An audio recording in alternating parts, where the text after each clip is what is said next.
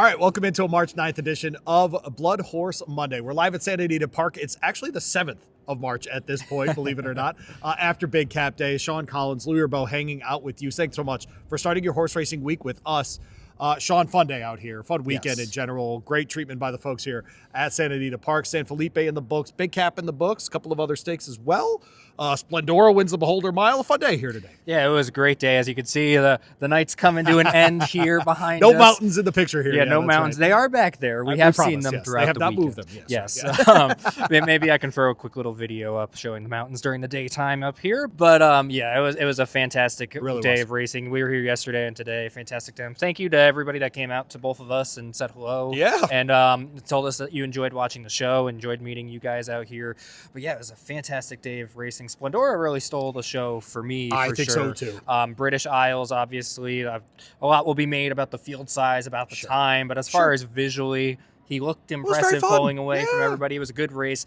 We mentioned on the show last week, I was just excited. No matter what the field ended up being, I was just excited to be here for the Santa Anita Handicap. The Big Cap, very historic race. Me being a big fan of horse racing history. Yes. Just to be out here for the Big Cap was really awesome. Also, 19,000 people were here today. It was the largest crowd of the decade for the Big Cap. It was the largest crowd since 2019. So despite everything that was said about the field, fantastic showing of people to come out to the races. And what we got on the card today is something that happens on these big days so often, which is that those undercard races really fill in. Yes, these owners want to run their horses in front of 19,000 people because usually you don't get that kind of opportunity in modern horse racing. And so we had some other races that were great. You brought up Splendora, and I agree with you. Star of the day for sure. I thought that performance going a mile had plenty left in the tank at the end. Makes her a real candidate 9 furlongs for the distaff division. I know this is going to really open the door for a lot of conversations going forward because the way she ran in that mile today, she definitely looked like she could handle some more distance. I just thought the way that she kind of drew off down the stretch, Juan Hernandez, just a statue in the saddle there. Yeah. And so also shout out to Juan Hernandez. Happy birthday. Happy birthday. 4 wins today, 3 graded stakes. Yeah. I mean, you can't ask for anything more than that. But yeah, she really looked like she was cruising down the lane there. I mean, this was her second time going a mile. She's run well at a mile and 1/8 in the past. She's been second in the Santa Margarita, excuse me, at that distance. And so she's one that I think now that she's kind of progressed more, she can definitely handle that distance. And so it'll be exciting to see what she could possibly do going forward, whether she ends up staying in the sprint division or we see her in the distaff division. We saw at Ocala, the distaff division's maybe not as tight as we thought it was going to be. Maybe sloppy conditions there, who knows? Possibly, but frankly, look, we talk a lot about, 2-year-olds translating to 3-year-olds. There's not always a guarantee you translate from 3 to 4 either, right? And so Nitrogen might not be who she was last year. I think she will be eventually. Yes. And so I think the distaff division's fine. But it's nice to see Splendora go the 2 turns the way that she did because all we know is she's got to get an extra furlong. I think she's very much set up for that. Yes, and well, let me throw in the disclaimer as far as Nitrogen goes. Obviously, as you see here on the video, we're filming this while we're still at Santa Anita. I have not had a chance to watch a race from any other track yet. Okay. So we will talk about that a little bit later on in the show once we get to Monday. That's why I bring up the slop, though. I think sometimes we underestimate, changing conditions, different things for horses. First off the bench for Nitrogen in that race. Yes. Big field, all those things. I think she'll be fine moving forward. But I agree with you. Splendora, as far as the West Coast horses especially, been an interesting year. Obviously, Baffert, historically in the distaff, not his race. Yeah, and so he's always looking for that one. That might do it here. Who knows if this Daughter of Audible might be it for him. I thought a couple of interesting races as well in the middle of the card, including a maiden special where Crude Velocity gets up and wins. Was 10-1 on the board.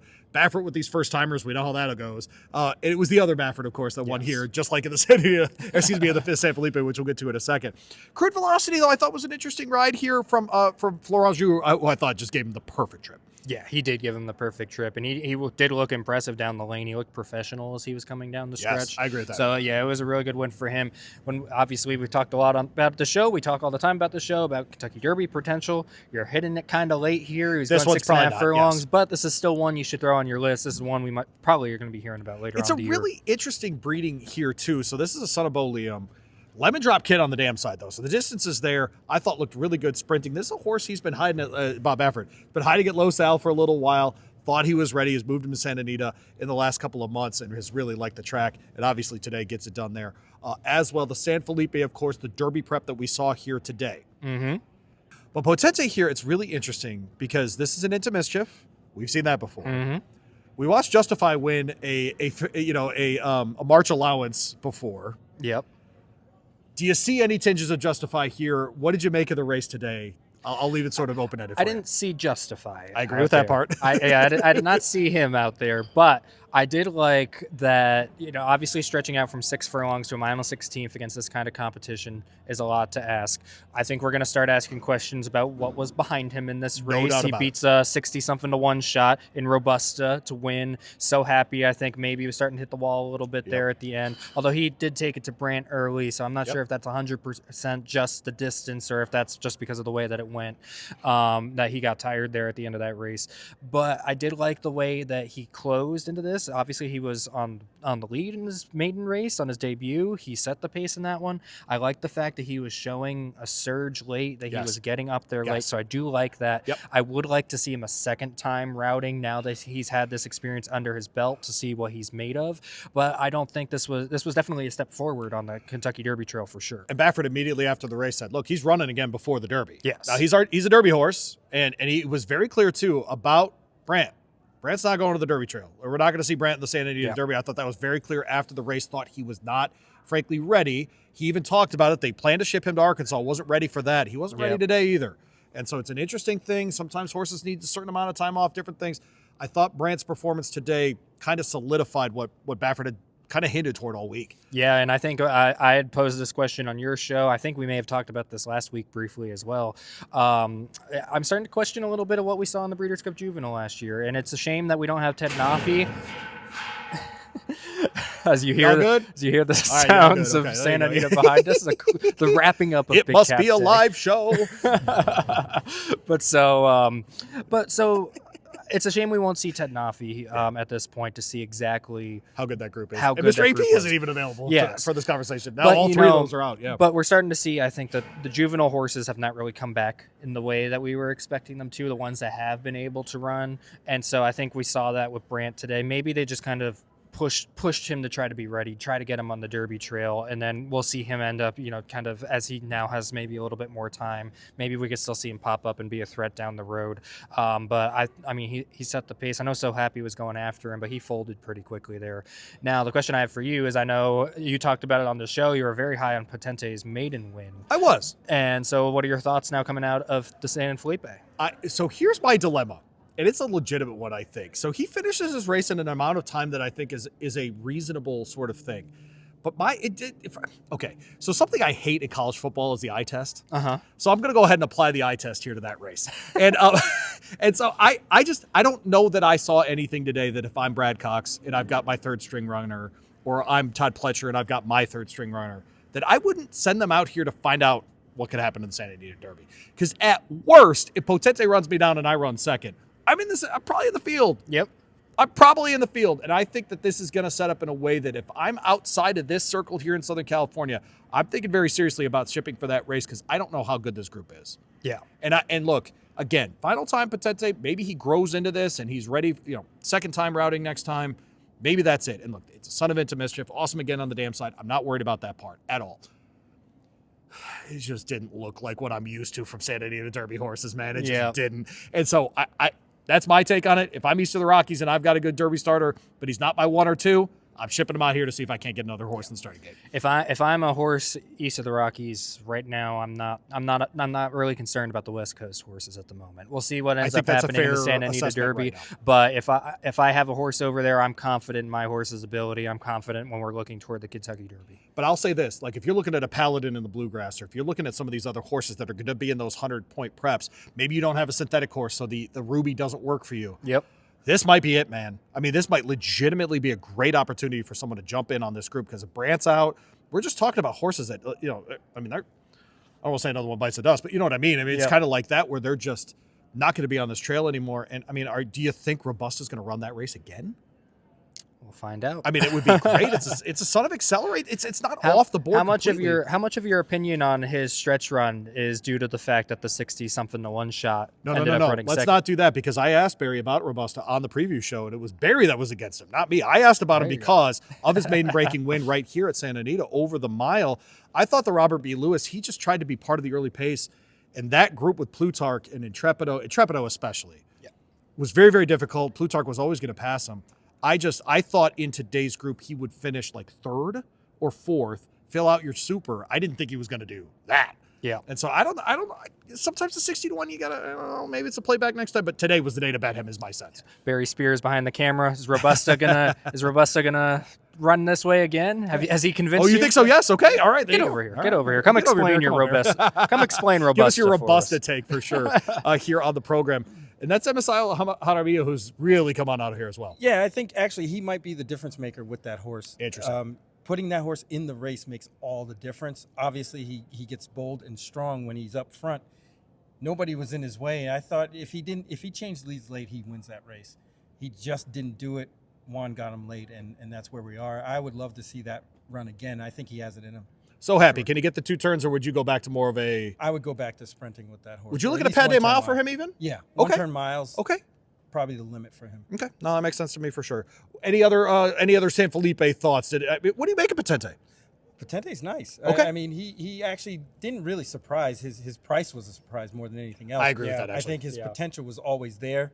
He showed it today, and I think onward and upward, horses like that who blossom kind of late in the spring Sure. Are kind of dangerous. Yeah, no, we'll find out for sure. A bit of like a Justify feel with a win in March as the second ever race. Now that wasn't an allowance. Right. Conditions are a little different in the world now. That was 2018, man. It's 8 years later. The world's a little different in horse racing. There just aren't allowances for 3-year-olds a lot. Right. So of course they picked this spot for Potente. Goes ahead and picks the thing off. Yeah, I mean it was the kind of the next logical step. Like you said, there really wasn't any other race for him to go to. He was better than most of the competition at any other level. That was the most logical spot. He came through. Brand is clearly not what he used to be. It's an interesting thing trying to go from 2 to 3. Yeah, it really is. It's so difficult. It's and as Sean said, and you brought up a good point. It's something that I want to get back to on this show, which is we get in our heads because, a race is the Breeders' Cup or it's whatever it is. Oh, that's the bigger soda. But man, if we're talking Derby predictors, the Remsen is like one of the GOATs right now. And then you're talking about the street sets at Churchill Down, one of the GOATs right now. Frankly, I'm looking at those races because if we're trying to translate to 3-year-old season, if you're great as a 2-year-old and you're Super Corridora, who, by the way, could give us another hint about Breeders' Cup runners tomorrow in the Santa Isabel here, right? Or yesterday on the day you're watching this. So you'll know whether or not she was correct. Well, that's for them, but not for us. I was doing it for us. Yes. Are there people watching this thing? No. Let's see. Like thousands of people watching this thing? Is Super Corridor going to win? Let's see. They'll know whether or not we're right. Is Super Corridor going to win? Yes. Barry? No. Sean? I say yes. Let's go. All right. Okay. But the Philly form translates more often from 2 to 3, in my mind at least. Maybe just thinking about some of the great 2-year-old fillies that we've had that translated to 3. But then we've also got plenty of examples where they don't. Like who's your filly and that kind of stuff where they're just dynamite at 2. Example. And then just 3 and it just didn't happen. So. Yeah, she didn't blossom and she was a nice horse and she was very tough, ran hard, but the jump from 2 to 3 just didn't work. Just work. Yeah. Wasn't there. Who else stood out to you on the card today? Splendora obviously was super good. Yeah. I mean, do you think the 9 furlongs is well within her bag? Yeah, I agree with you. I mean, she's cool, man. Quick enough to get those kind of leads against those caliber horses. She's Shout out Maryland bred. Really Shout out. Dangerous. Yeah. Really, really she's dangerous awesome. going forward. Cool. Other than that, I mean, Final Boss really was interesting. That's repeatable too. Yeah, because he didn't do anything special. I'm not picking on him. Like it was very fast, but he didn't do anything special. No. Right? It wasn't some rally from the He back ran or his anything race, like that. Yeah. And it actually worked out. It kind of fell into his lap, but when you get that kind of position in a race like that and they come back to you, he's right there to pick up. It's a horse we saw in the Wicker, and you talked about him on the preview show where, he had gone the mile, he had done it before and just ran out of gas. In that Siren Lure, especially in the 6 furlongs, trying to sprint, trying to do those different things, just all came together today. And frankly, John Sadler off the layoff, here we are. That's how it goes. That's a pretty solid name. It really is, yeah. Well, Barry, how did you like it, Santa Anita, man? Oh, man, this place is great. Yeah. I have to come back out here. We'll have to figure it out for sure. It's Barry's first visit out here to Santa Anita. So, Barry, real quick before you go away, where can our viewers find you? You can find me on the Horse Racing Happy Hour, SoCal Saturdays. We do this show every Friday. There you go. So that's where you can find me. Appreciate it, man. Awesome. There you go. Thank you, Very serious. Appreciate you, buddy. Thanks for coming out with us this week here at Santa Anita Park. Last one, of course, is the Big Cap. We're going to talk with the connections of the winning horse in British Isles. Lots of things to say about this race. Lots of conversation to have about what the Big Cap is and where it's going and what it's going to be in a few years. But there's no denying, especially with what you opened with, that this day still matters in Southern California. Yep. 19,000 people bothered to show up today Mm-hmm. on one of the windiest days that I've ever witnessed. Yep. It is the first time since the Flightline Breeders' Cup at Keeneland that I was scared from things like tents like lifting off the ground, which they did. Yes. Which they did. Yeah, so first time since that story day time here for Louie Barry and I got here about 5:30 this morning because no, it was 5:30. Yes, no, for journalism. Yes, yeah, I thought you were saying 4 o'clock. No, because journalism 5:30 Pacific, which doesn't count. Right? Journalism was supposed to come out and trade at 5:40, so we were like, all right, we're gonna come in and see journalism. We get here, no horses on the racetrack. No. There's trash cans blowing around. It's a smart move, by the way, by the Santa Anita team to not have training this morning. With the windstorm that was there, but we just trash bags were like, I mean, trash bags everywhere. But we were watching tents blow over. We were watching trash cans go everywhere. We had quite an interesting morning, just sitting in the grandstand watching all this as the sun rose over the mountains. So, windy day. It was a windy day for sure. It affected the early races. It calmed down enough. It didn't affect the later races. So it wasn't like, they ran the big cap at 205 because of the wind or something. They ran it in 205 because that was the quality of the horse in the race. How good is British Isles? That's a tough question. I have no idea. Yeah. I have no idea. What do we do about Just a Touch running last in this thing? What do we do? He was fourth. Fourth out of 5. Okay, sorry. Okay. I mean, I didn't have a lot of confidence in him coming into this race. Yeah. I mean, British Isles, it's hard to tell because of what the field ended up being. Now, to be fair to him, he's now run 3 races on the dirt in a row. He was a half length beat to Nevada Beach, Grade 1 winner. So he does have that in the native diver. In the native diver, and then he ran 5th in the Pegasus World Cup, which there's no shame in that. Really, ship across the country to do shipping across the country behind Skippy Longstocking, White Abarrio, Full Serrano. So I mean that's a good field as well. Yep. So, I mean, can he be competitive with the top of this division at the big races? I don't think so. Like if you're thinking about the Breeders' Cup Classic already, Forever Young, Sovereignty, whatever 3-year-olds are going to end up being the peaks, Journalism by Aza. Do you know who this reminds me of? Is Antiquarian ran in the Breeders' Cup Classic last year. Was a Grade 1 winner. He reminds me a little bit of Antiquarian. He's going to show up. You get the. I don't think he's the quality of an Antiquarian, but like he reminds me of a little Antiquarian in that this might be his one Grade 1. Yeah, in that kind of thing. That's what I'm getting at. Is that this might be his opportunity? Runs, but you know what? You know what? I do want to say this. You know who gets credit for this? Richard Baltus. You know why? Because if you run your horses, you got a chance to win. Yeah. Here's the lesson, kids. Here's the lesson. Well, run your horses, you got a chance to win Grade 1. Who says this horse isn't then going to pick off some of these California races now? Because, I mean, outside of when Nisos and Nevada Beach come back, and who knows if they're going to stay here or if they're going to go east for some of the bigger targets. So who says he's not going to go on a little roll here, pick off the Hollywood Gold Cup, run well in the San Diego and the Pacific Classic and those races. So he's definitely could be one to watch out here for sure. It also sounds like he had a little bit of a throat issue even just this week that he overcame in order to win this. So who knows if he was even at 100% today. I'm with you. The vodka story. Yes. Running second here. Also, I want not just vodka. I want to shout out Almond Joy as well, getting the show in the Beholder Mile for Aggie Ordonez. Both of her horses running Grade 1s today and placing. That's a pretty big deal. Pretty good, nice story there. I was in the paddock for the big cap, and right after she finished saddling vodka, there's a group of people that yelled her name and cheered for her in the paddock. So pretty nice story to see her horses running well today. Aggie Ordonez only 35 starters in 2025. Both of those horses placing in Grade 1s today.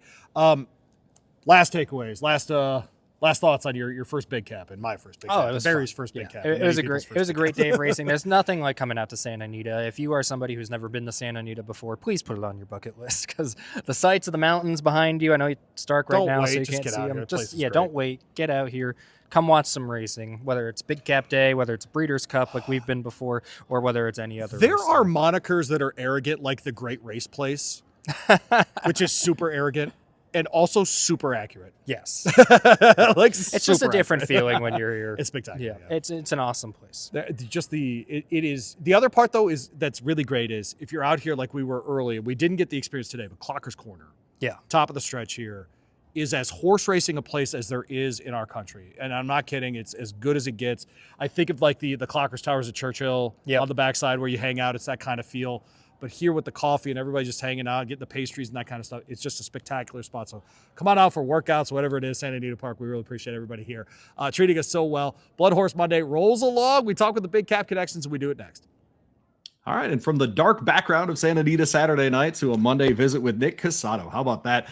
The owner of British Isles, winner of the Grade 1 Big Cap Santa Anita Handicap on Saturday. Nick, are you still floating, or have your feet touched the ground at this point? How's this working? My Thanks for toe joining. hit the ground, I think, once. Okay, there it is. Yeah, it's the best stuff for sure. Pretty surreal and still kind of floating. Just got off the phone with Baltus right before I called you guys.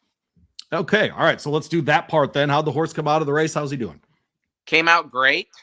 Obviously, there's some phone calls from, the Middle East right about this time. People still kind of having some Dubai World Cup thoughts with them. Interesting. So he came out of the race great. Everyone's happy. The horse is doing well. Trainer's happy. Couldn't ask for anything better. And Nick, you and I were talking a little bit before the show, and you mentioned how personal this is for you. You're a guy, you grow up at Santa Anita, it's your home track, all the things.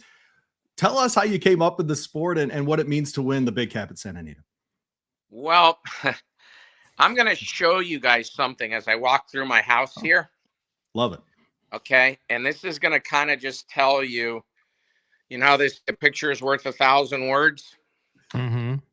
Well, this picture right here should kind of say quite a bit about how I grew up. I don't know how clear it will be, but I'll do it, man. Here it is right here. Can you guys see that? Can, yes. Yes. Okay. Oh, Wow. man. 1981, Santa Anita Handicap. There's me holding John Henry. Wow. That's amazing. Spectacular. Wow. King Go-Go. There he is. So that is pretty much how I spent every Sunday of my life from probably 5 years old until I started driving and didn't have the visits that I had with my father and mother that divorced. So Yeah. I grew up on Santa Anita's apron down there by Clocker's Corner. And to win that, where the handicap has come from, I don't know, it was a $250,000 race when I was a kid, got to $1 million. Unfortunately, I still wish it was $1 million. I bet you do, yeah. But to me, like, winning that race is probably more special than winning the Pegasus World Cup, which is $3 million, as crazy as that sounds, because of the history it has with me and how dear it is to my heart. Yeah, well, you just showed us that picture of John Henry there. How much do you enjoy walking into Santa Anita, seeing that statue there of him by the fountain? Just kind of how much did you go and check that out at all before the race this weekend? Maybe get a little luck from that? It's almost like the crazy thing about it, guys, is I don't know if each of you know this, but I was a jockey agent for 22 years prior to starting Slam Dunk.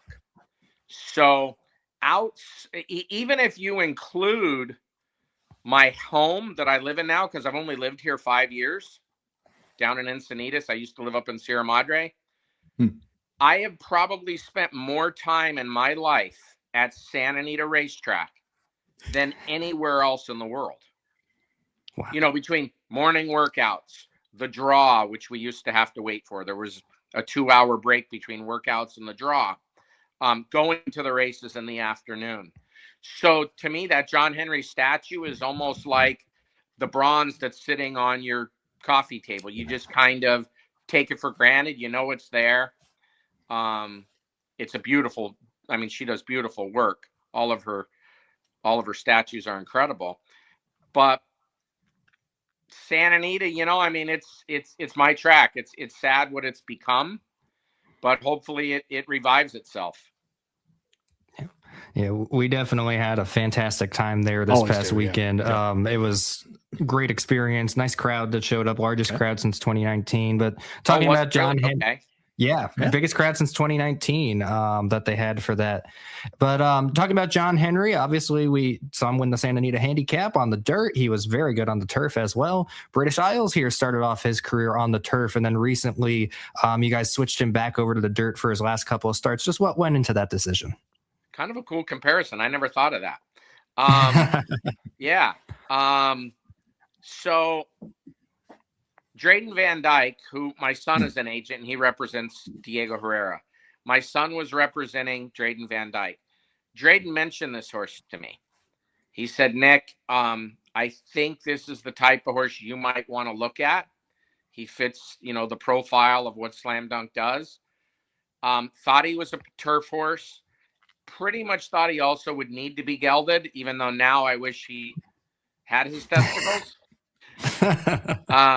As they wish John Henry had him as well. Oh yeah.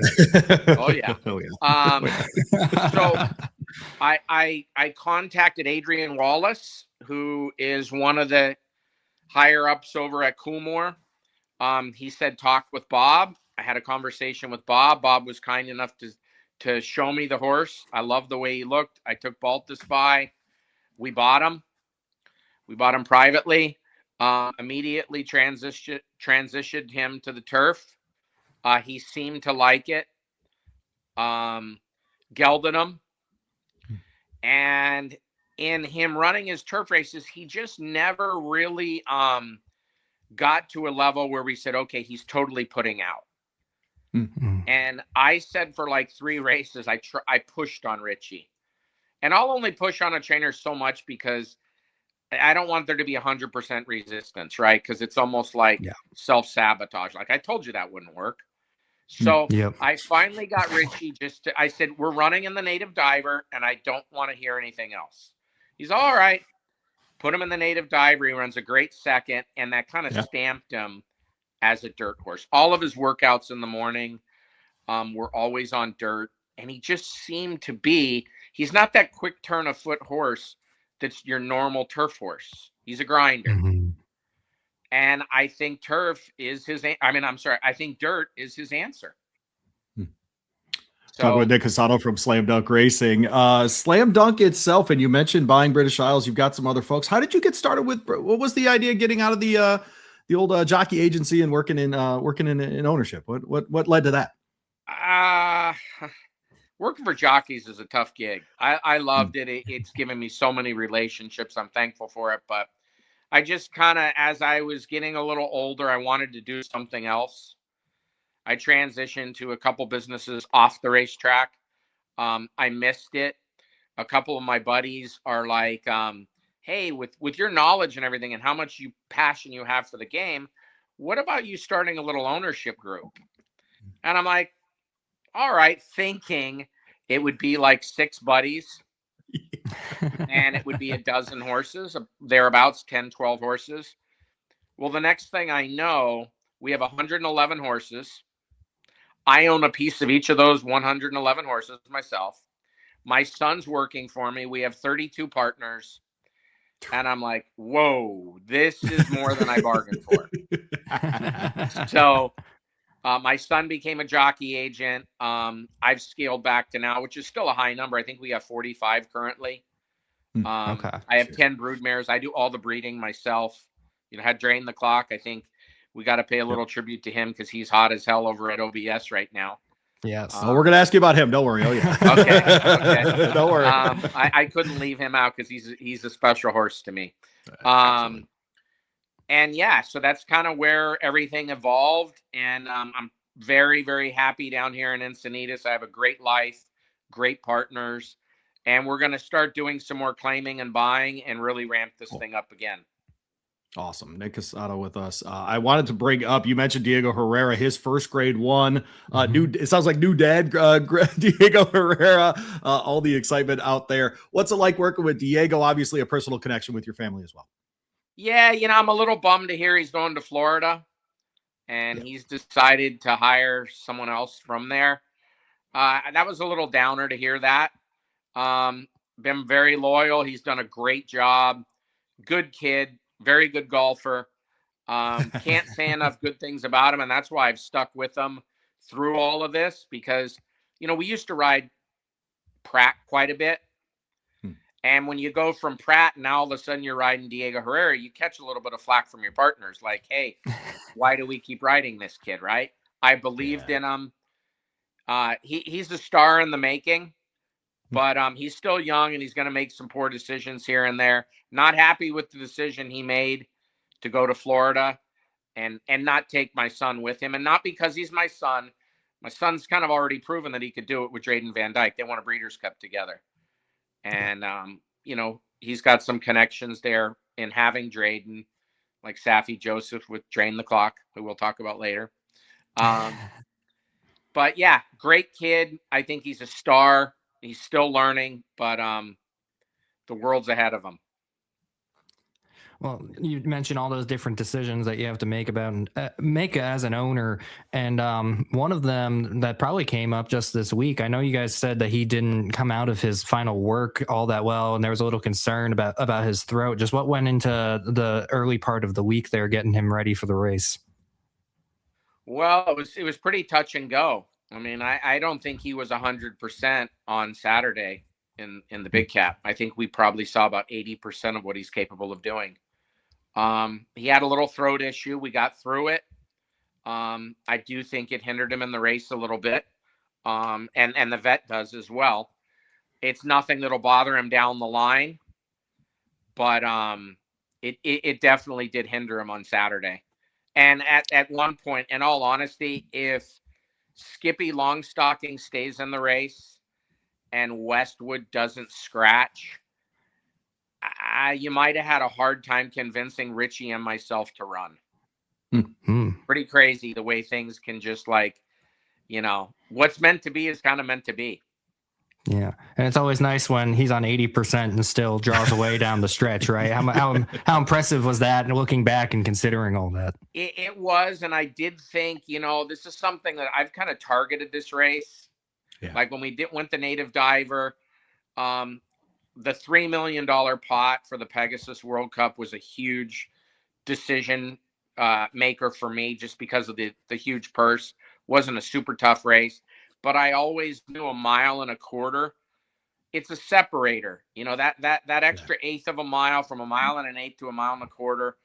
A lot of horses just don't want that extra. They don't want the extra furlong. And he's one that adores it. So it'll be great to see what he's like if we don't sell him at 100%. Yes, yeah, we'll be looking forward to seeing him at 100% in a race here coming up. But we mentioned earlier, Drain the Clock is having quite a bit of success down there at OBS. I think he had 2 kids that tied the track record for a quarter mile in the under-tack show. They'll start going through the ring tomorrow. First crop for him. Just what's your excitement level seeing these kids of him already performing on the racetrack? More excited about him, as crazy as it sounds, than winning the big cap. Wow. Wow. Yeah. Big time buzz. I mean, naturally I'm a part of him, so I hear it more, but I don't recall a first-year stallion with his 2-year-olds getting this much attention. Mm-hmm. I really don't. And I mean, daily, I got a call yesterday. I was on the golf course. I got a call from Omar Trevino, who's a bloodstock agent. Mm-hmm. And I answered. I said, Omar, I'm playing golf. Are you calling to congratulate me about the handicap? Or are you calling about Drain the Clock? And I knew that he was, you know, because the sales this week. And he goes, bro, this Drain the Clock, like, you know, can I get a season from you? Can I buy a breeding right? What do you have? It's just big time buzz. And you know, to have a horse that you watched grow up, that you bred, to win a grade 1 was huge. I mean, big moment. But then for him to potentially turn into like this type of a stallion. Now, let's not put the horse in front of the cart, or the cart in front of the horse here. They have to prove it on the racetrack, right? Yeah. They have to stay sound and all the tangibles. But right now, have you guys honestly heard any more buzz about a first-year sire as with 2-year-olds? You do once in a while, but like not for a horse. And it's usually like, oh, the Derby winners, 2-year-olds are coming, something like that, right? Yeah, or Flightline or something like that. But for a horse of a drain the clock reputation, it's as much as I can remember for sure. I feel like he was a horse that wasn't really on a lot of people's radars as being kind of one of the leading sires of this group. And now as we're going into the 2-year-old sale and we're watching them perform in the under-tack show, all of a sudden it's like, wait a second, is this going to be the sire that we're going to have to look out for in this crop here? So I think that's definitely a huge thing for him going into this. Yeah, like you guys said, a Flightline, a Justify, an Arrogate, they have the microscope on them. But for a horse that really didn't, to do what he's done already this early, there's a lot of buzz, and I couldn't be happier about it. All right, so if I'm hearing this correctly, your plan is keep British Isles on the dirt. Are we going for a big cap repeat? Is that the next target for him? What's going on? You mean the 2027 rendition? Yeah, of course. Yes. Hey, if I still have him and he's around and doing well, absolutely. That's shooting pretty far down the line for me. Don't really know what the next target is for him. But yeah, Pacific Classic maybe, again, a little ways away. But those longer distance races are definitely races we'll look at. You mentioned earlier, now that he's won, you started hearing some things from Dubai about coming over. We're about to, once we complete the interview with you here, we're going to talk a little bit about the situation with Dubai. We're going to talk to trainer David Fawkes, who's got a horse over there right now. But as you hear that, obviously that's going to weigh a lot on your decision as well. But how do you as an owner analyze things? What are you looking at in terms of what kind of information are you getting as far as the race running, as far as what transportation would be like for the horses in this kind of odd year, and how much is that weighing on the choice? Well, it's kind of twofold for me. Like for me personally, it'd be too quick to rush British Isles back to run there. And correct me if I'm wrong, isn't Forever Young already there? I haven't followed it. So you'd have to face him no matter what. I'm really not looking to butt heads with him. He only had to go from Saudi to there, and if he's still in the race, he's a formidable opponent. But from what I found out this weekend in talking to Bob Baffert and Jimmy Barnes, none of their horses are going. I don't know how many U.S. contingencies have the same thoughts. Running second in a race like that it's big money. But now if Forever Young wasn't there and everyone was jumping ship, God, it would be something that I would really have to say, I'd have to look at the safety of it and really, really make a hard line decision on that, because I do think it's dicey. And you're not even talking about just sending the horse there. You got to send a human or two with the horse. All right, a little technical issue there, but thanks to Nick for joining us here on the program. I appreciate the candor about a lot of things there, frankly. But one thing I do want to make sure I circle back to, the excitement of winning the big cap and what it means for him. Oh, yeah. That part, irreplaceable in our sport to describe to people, hey, this is the race I want to win, right? If you talk to probably, a guy in New York City or something, I'd love to win, the Traverse at Saratoga. I'd love to win the big cap if I'm an LA kid. I want to win the Pacific Classic if I'm a San Diego kid, that kind of stuff. And actually get to do it. Exactly. Actually have a horse worth a darn enough to go win that thing is really remarkable. So congrats to Slam Dunk Racing and all that stuff. No big deal. Drain the Clock, just available, by the way. Do you get that reference, Slam Dunk Racing and Drain the Clock? Yes. Okay. Yes. All right. I know enough about basketball. Okay. I might not watch every day like you do because I don't have to talk about it on the radio. That's real, but yes, I do understand basketball references. You were working on horse racing articles in the airport yesterday. I was watching basketball. Exactly. That is a real thing that happened yesterday. Pausing, taking notes, all that. It was interesting to watch. I'm sure. But there you are. Thank you again to Nick and the folks over at Slam Dunk Racing. A spectacular story from over the weekend. And, you and I showed up early on Saturday with our guy, Barry Spears. And we wanted to see journalism jog.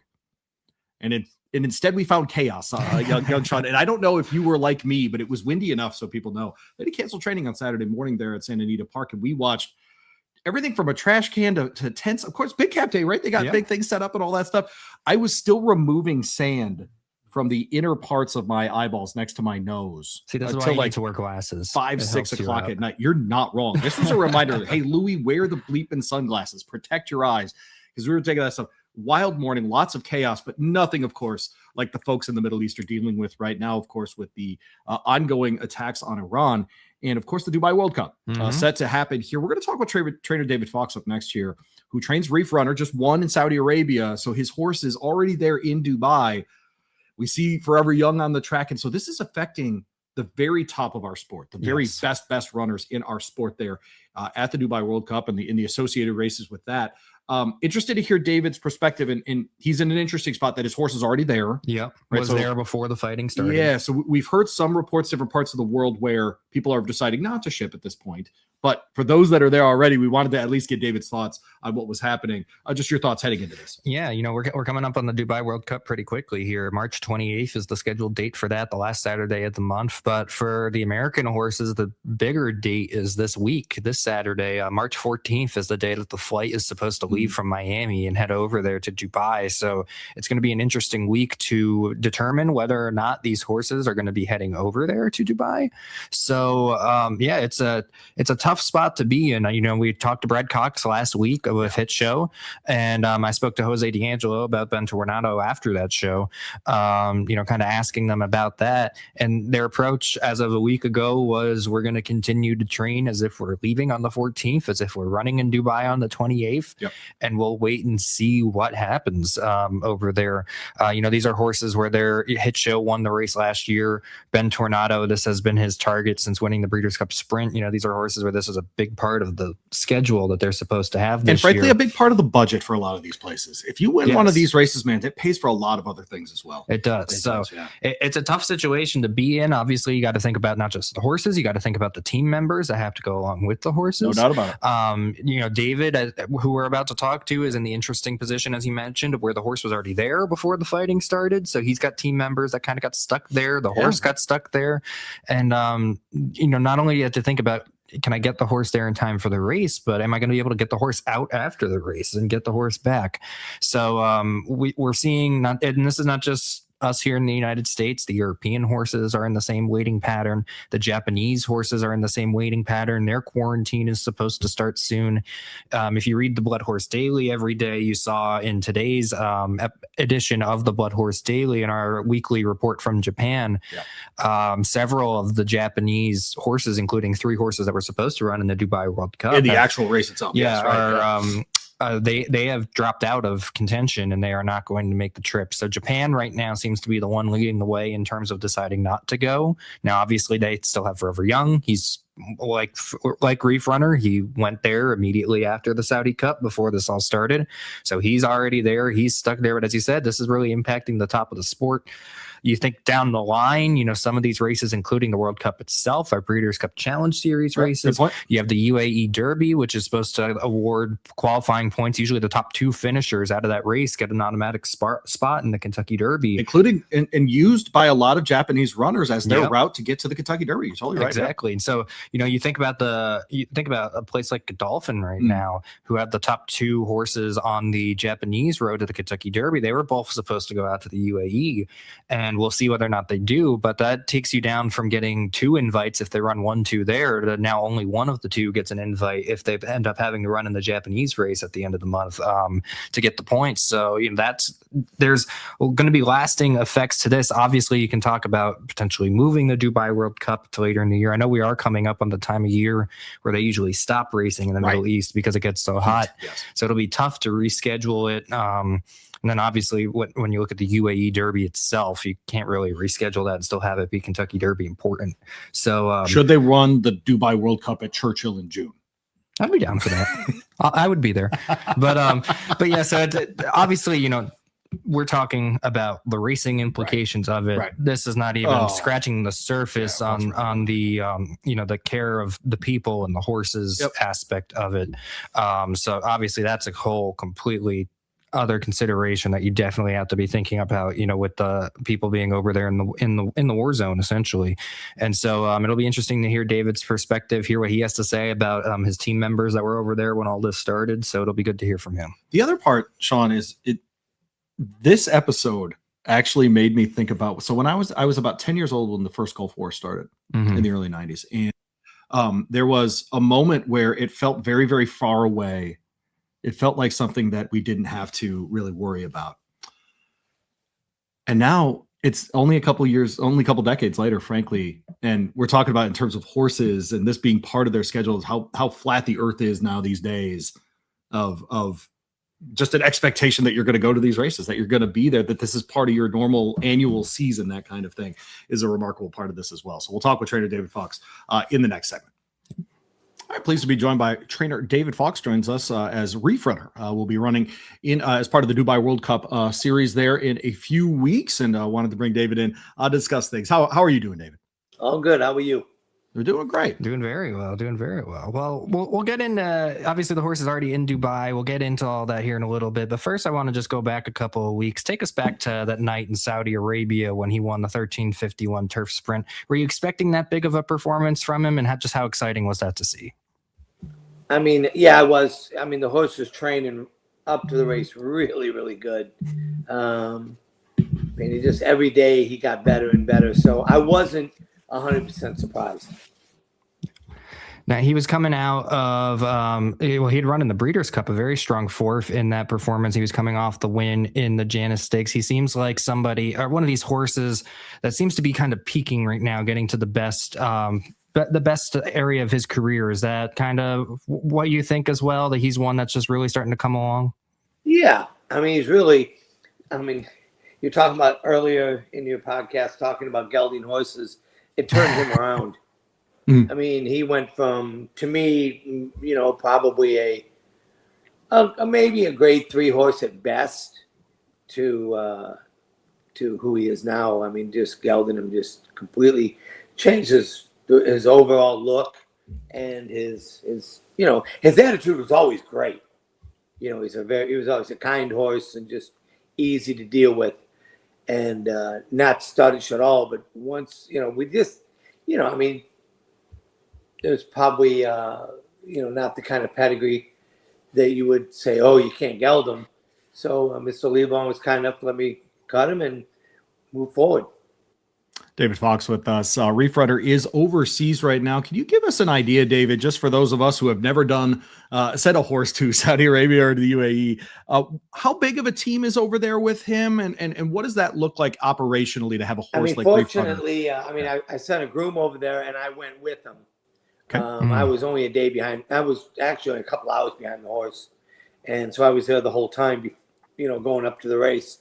And then I was fortunate enough to hire a rider that, he was assistant trainer and has done really well.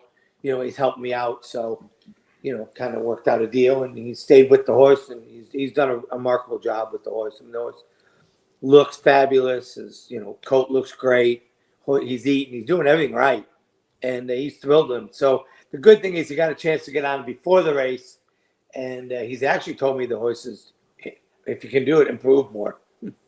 So your sense is that some weight on. So so Reef Runner is unaffected essentially by the events going on right now. Completely, I call him bomb proof. Well, what was when you first woke up the day that all the fighting started, you started to see things. What was that day like, trying to get in touch with the groom that's over there, trying to figure out how close this is happening to the racetrack and everything like that? Just take us through that experience of trying to get information. I mean, right away, at first I was kind of like, there's a little scrimmage over there, things should be okay. But then it kind of it escalated. And speaking to my assistant over there, he said, he says, Dave, some mornings I'm walking out of the barn and I see, there's rockets flying over, out of the house in the morning. And so they, he spoke to, I guess the consulate there or whoever he spoke to, and said that, they told him, just, go to work, go home, don't be going in town and down to the water or anything, just kind of use your head and take care of your horse. So they're not, maybe as things have been seeming to escalate, things are changing, but right now it hasn't been, too scary. Good. Or you mentioned what they had told your staff to do there out there. Just how much has that benefited them? You know, obviously they're probably somewhere where they don't know. They're in a foreign country that was supposed to be just for kind of this short time leading up to the race. How much does going to work every day, still kind of having that a little bit of that normalcy of seeing the horse, working with him, how much has that kind of helped out your team get through this?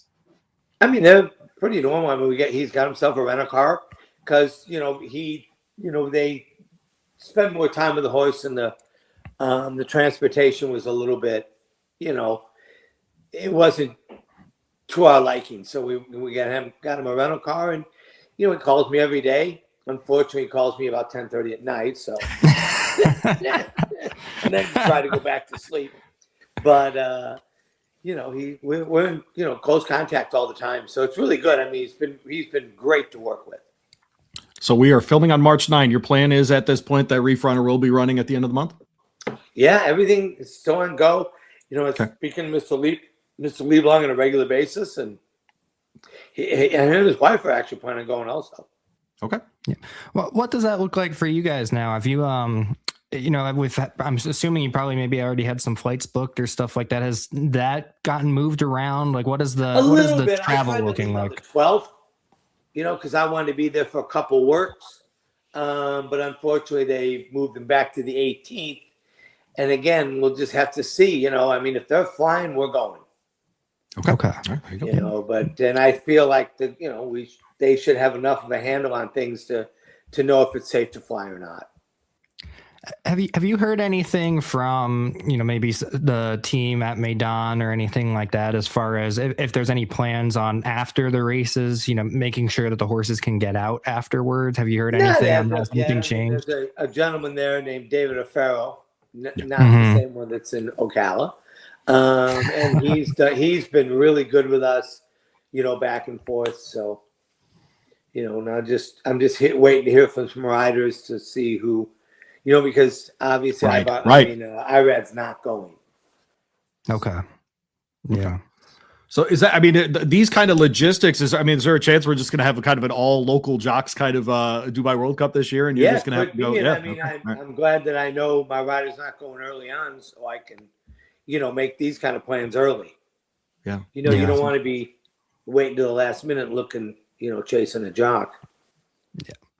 Well, you mentioned how they did talk to you for a little bit. So you feel like the Dubai Racing Club is being really good as far as keeping you informed on everything that's going on? Yeah, they've done everything. It's been great. I mean, I have no issues at all with them. Awesome. Cool. Oh. Yeah. Well, obviously you were in a different position than a lot of other trainers as far as the horse was already there when all this started. For a lot of these trainers, they have to make the choice by Saturday whether or not they're going to actually send the horse. Have you heard anything from them, or do you have any kind of advice? I mean, I talked to Jose D'Angelo, pretty much daily, and they're planning on going. They're all gung ho. So, and I don't know who I talked to. Ken Sweezy, and he thinks that possibly the Derby might come up a little light, so he wants to go. So he asked me a bunch of questions the other day, like, what's going on over there. I said, well, just everything seems pretty quiet. Yeah. They're kind of like, honestly, they're kind of like business as usual. Interesting. It felt like it, obviously there was all that kind of concern at the beginning, but as I guess we're now 2 weeks into this, or a little over a week into this. Has your team felt like things have kind of calmed down a little bit? I spoke to him yesterday, and he actually said it was really quiet. Good. So we just hope they start running out of ammunition so we can safely get over there and get back safely. Yeah. Well, speaking a little bit about Reef Runner again, he's a homebred for the Lieblancs. Just what's it like working with them? What's it like for them to have a horse that's able to participate on the international stage like this? Yeah. I mean, Alex has had some nice horses over the years. Obviously, had the Big Beast and several other Grade 1 winners, and we're in partnership on a horse named Duke of Mischief, and that's been. I think I've been with Alex now, getting close to 30 years. Wow. So they've been great. I mean, they're all excited. Unfortunately, originally they were planning on taking the whole family with them. So sure, that's kind of been put on the sidelines. Unfortunately for them, it would have been really cool for everybody to be over there, because I mean they were beside themselves in the winner's circle. It was a lot of fun. Reef Runner, of course, not just a homebred, but a son of the big beast. So that's a pretty cool story on that end. He also owns a broodmare. Right. Yeah. No, that's a blame mare as well. So I mean, this is a nicely bred horse here. Yeah, it's really interesting. Well, with everything going on, obviously you're not going to ship over there and not want to win the race. Obviously you want to win the race, but would it be a little extra special with everything that he's had to go through over the last week or so? If you were able to pull out the victory and return him home, 2-time winner over there in the Middle East this year? Oh, absolutely. It'd be great. I mean, he's, like I said, he's done everything right. He's kind of a neat horse. I mean, he's won from 5/8 to 6 3/4. He won the Eddie D. He's run 5/8. I mean, his best distance, I think, is 3/4 and over. I mean, I don't actually see him, stretching out to 2 turns or anything, but he's been a very, useful horse where you can, you don't have to, have just one distance. Well, David, we appreciate it very much. Safe travels coming up here. Appreciate your perspective on everything coming on short notice as well. We are fascinated by everything. And I was saying before we had you on, David, just how flat the world is now, that you just consider this part of the season, and we're just going to go to UAE. We're just going to go to Saudi with our sport, and the Derby points all counting and all those things as well. It's when I was a kid and the first Gulf War happened, it felt so far away, and horse racing this time has made it seem very close. Oh yeah, that's definitely feels like it's in your backyard. It really does. Yeah. And like I said, everything's been, the horse has been very safe. They've done a great job of keeping all that safe. I mean, I guess the Prince was over there for the races for the first, what do you call the preview day? Yeah. So the carnival. It's been they've done a great job. Well, good. Well, David, I'm glad Reef Runner's doing well and your team's doing well over there as well. Have a great trip with the ownership, and we'll let's hope we have a reason to talk again. How about that? Absolutely. Thank you. Thank you, David. Awesome. Thank you, David. Trainer David Fawkes joining us. Likewise. Thank you so much. Trainer David Fawkes joining us ahead of Reef Runner's run there in UAE end of the month here. So that was different than I expected. Yeah. And I'm glad it was different than I expected. How about that? Yes. I'll say that. Yes. Well, exciting. I mean, look, if owners, if the owners there are still planning to go, I mean, everyone's getting their information. I'm sure 3 weeks from now is a different animal than what it is right now, all those sorts of things. But boy, good to hear all of those things. Very nice to hear that things are going well enough at the track that there's this kind of confidence, right? Yes. About safety in these sorts of things. It's fantastic. Yeah. And, we're all, on the outside looking in. Obviously, there's a lot of comments online of people talking about this. But, the trainers like David, trainers like Jose, who he mentioned, and the other trainers that are considering going over there, it sounds like they're in constant contact with the team out there in Dubai, getting these constant updates on exactly what's going on out there.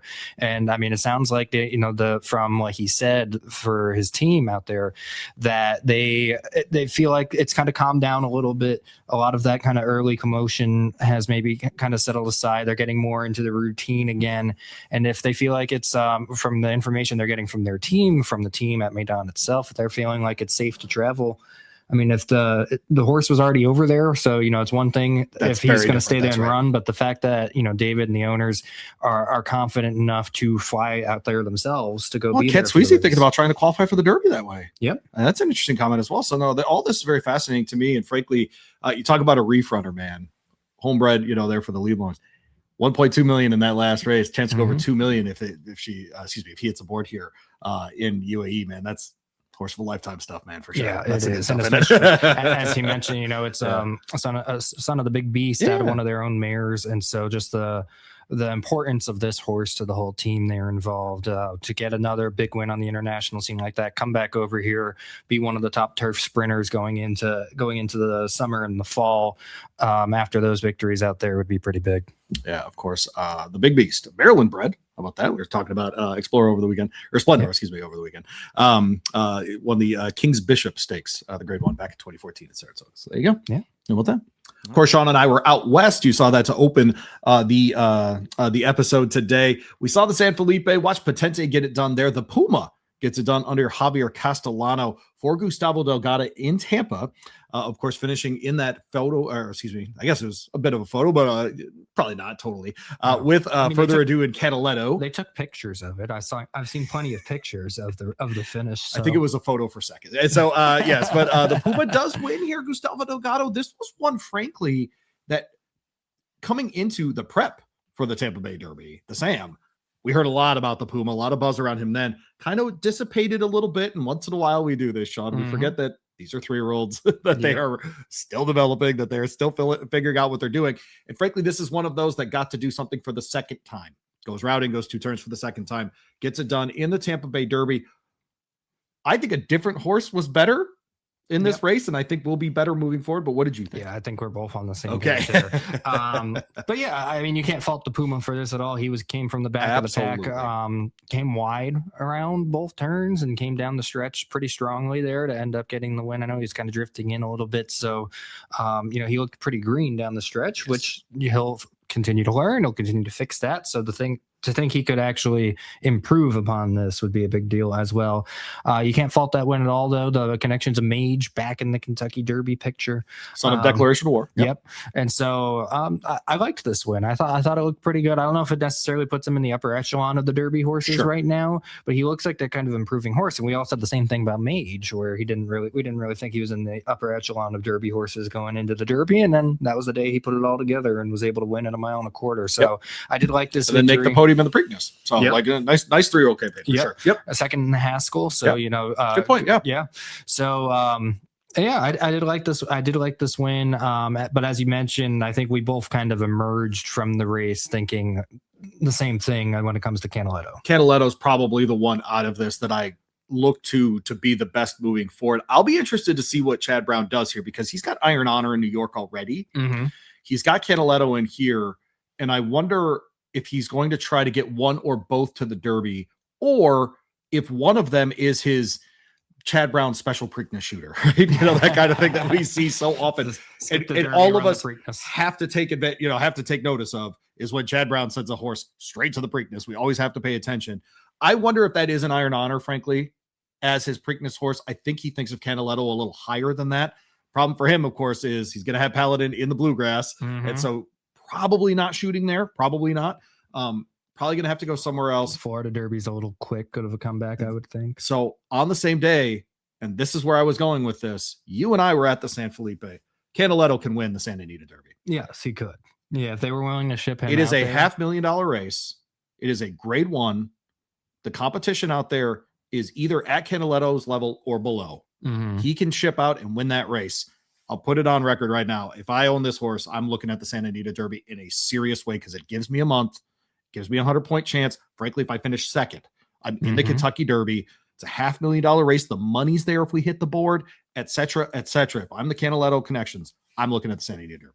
Yes, I think that would definitely be a good spot for him, because it keeps him away from Paladin, so you don't have to worry about that from Chad's perspective. Yep. Several of the same owners here as well. And then if you want to run Iron Honor and in the Brown Barn in the Wood, you can. And then you got this one out west. I'm just saying, man, I think a $500,000 race and without a superstar Baffert, really does offer you an opportunity to get in the Kentucky Derby starting. Chad Brown having a cross country pick 3 in Kentucky Derby races potentially. Why not? Yeah. Why not? He's got 3 of those kinds of contenders, and frankly, because of the timing of the Tampa Bay Derby, it sets up that this horse could go west. Yes, I think that's really fascinating. Now, how many he got? Let's see. So third here, he would have got 15 points.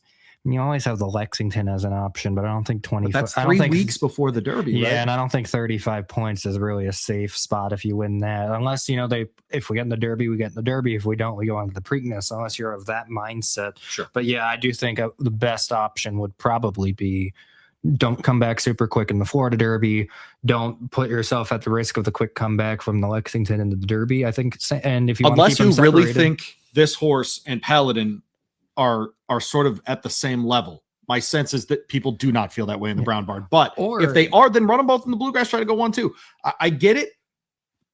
I think the Santa Anita Derby is wide open. Or, the Bluegrass could definitely come up. It's looking like it's going to come up tough anyway. You could run him and Iron Honor in the Wood Memorial too, and then at least split up from the owners that are similar between Iron Honor's got 50 points. Yeah. That's really part of it, is that he's got 50 points. If he finishes second, he's still in the Derby, right? He finishes third, he's still in the Derby. But why run 2 wins in the second when you could get 3 wins, That's the way I would be thinking. I think he can win all 3. Yes. Iron Honor could win the Wood.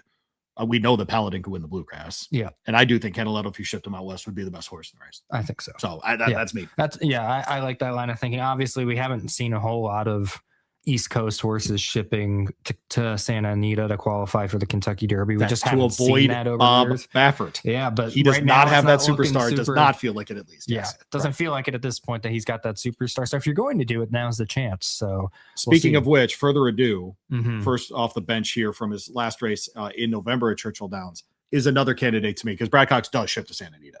Yeah. So he might actually be a case that where we get this. My sense is we'll see him in Keeneland. Yeah, we usually see him do it with the older horses, like we saw Just a Touch this past weekend, and I know he had another one out there. Busted Broken was out there for the Beholder Mile, so we haven't really seen it much with him and the 3-year-olds. Correct. Yes. But I mean, this is the kind of year where you might be considering that. You already have a horse like Commandment, who's down there in Florida, and so why not maybe look at potentially shipping him out there? I would also not be shocked if, given his 20-length win in his maiden race at Keeneland, if he ended up in the Bluegrass Stakes. That wouldn't shock me. I agree. Yeah. No, I agree. That's what I'm saying, is like that's an option at least to go west, but I think we'll see him in Lexington. Yeah. I really do think that for sure. All right, it's time for our weekly look ahead to the races that will happen this coming weekend. Of course, the Virginia Derby on the trail to the first Saturday of May here in Louisville. 1 1/8 going the 1 turn. And Sean, look at the entries for this one. Almost feels like the last chance sort of get together here, not the OK Corral, because no one, nothing like that. There's no, could you imagine? Do you think you could be a guy like in a duel? Do you think you would have been good in the Old West? Because I would have been terrible. Oh, I was horrible. I mean, look at this shirt that I'm wearing right now. I've been a terrible person in the Old West. Like, I just never would have made it. But a last chance for many of these horses in here, or at least hey, can you do it again kind of spot, right? For some of these in here. Certainly an Incredible falls into that latter category. As does Confessional. We've seen both of those horses perform at a very high level, frankly, in different spots. Butane comes in for Bob Baffert. Almost certainly the presumed favorite, just the connections there between Pratt and Baffert being in town for that one. I mean, do you have a lean in this race? Certainly you can tell there's a sense of, okay, early in the development, let's go somewhere, like with a Butane, let's go to a single turn here rather than a 2-turn. Seems to be kind of an in-between race for a lot of these horses. Yeah, it seems like that kind of race where we're trying to figure out whether or not they can be Kentucky Derby horses. Kind of your last opportunity to figure that out for sure. And a horse like Butane, try to test out the distance while also putting him back around 1 turn. I felt like he was pretty high hyped going into the San Vicente. So happy he handled him there. And then you had him go out to the Southwest Stakes at Oaklawn, got around the 2 turns. He didn't run bad, but he wasn't really threatening for the win there at the end of the race. And so I think that's kind of taken a lot of the shine off of him at this point. So it'll be interesting to see if he can get back. He does have Flavian aboard. He is breaking from the inside rail, so you would expect him to be forwardly placed in here. But he's kind of one of those horses where we mentioned earlier, it doesn't seem like Baffert really has the star this year. And he was one that was getting some talk earlier in the winter before that San Vicente. So it'll be interesting to see, whether or not he's just a step below these horses or if he's going to show that he's on the level. Incredible is the one I'm giving the most of a second chance to. Anybody who's watched the show for a couple of weeks knows that, or a couple of months, knows that I have been pretty high on him going into the Holy Bowl. Yep. He was one of my top Derby contenders, and he still is, depending on how he runs on Saturday. So talking to Jaime Torres after the race, it just sounded like he really did not like the Gulfstream track. And so they're going to give him the opportunity to get away from that. He's going to come out here to Virginia. We'll see how he does. I'm not sure if I actually like the 1 turn for him or not, since he looked so good winning the Street Sense over 2 turns back in October. But I am excited to see what he could do here. And you'd have to think he must be doing pretty well for the connections Riley Mott, Pin Oak, to bring him back here. Because if there was something else wrong other than the racetrack, excuse from the Holy Bowl, he would be in this one. Yeah, he wouldn't be. And we would have heard why.